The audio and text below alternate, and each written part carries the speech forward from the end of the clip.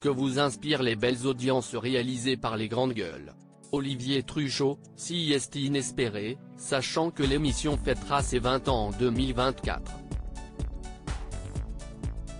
Que cela dure aussi longtemps, CIST une très bonne surprise. Je pense qu'on a réussi à être dans l'air du temps et à donner la parole aux Français.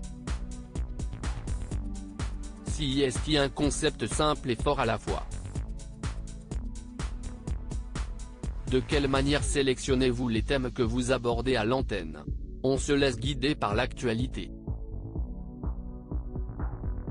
Ça doit être des sujets concrets, concernant et touchant à la vie quotidienne.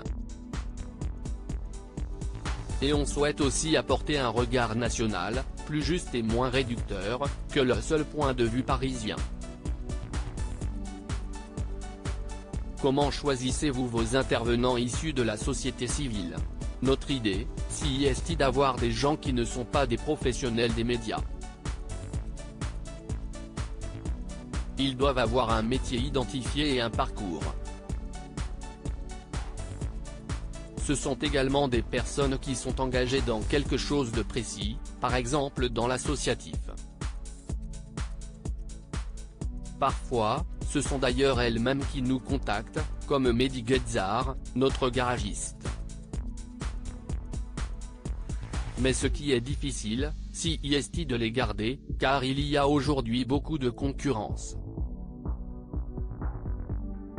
Pourquoi certaines grandes gueules restent alors que d'autres sont plus éphémères? Parfois, on considère qu'on a fait le tour avec elles. Il arrive aussi qu'elles partent de leur propre initiative, comme Fatima Tebboune.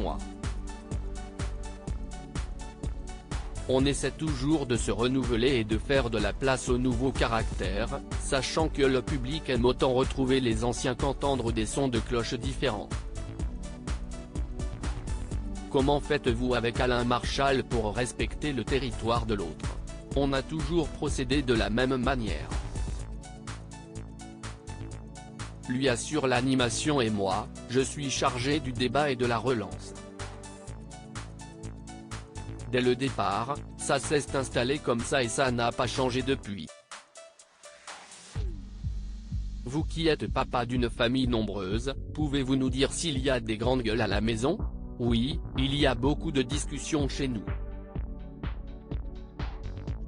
J'ai, notamment, 2 filles de 15 et 23 ans et il arrive qu'on ne soit pas d'accord.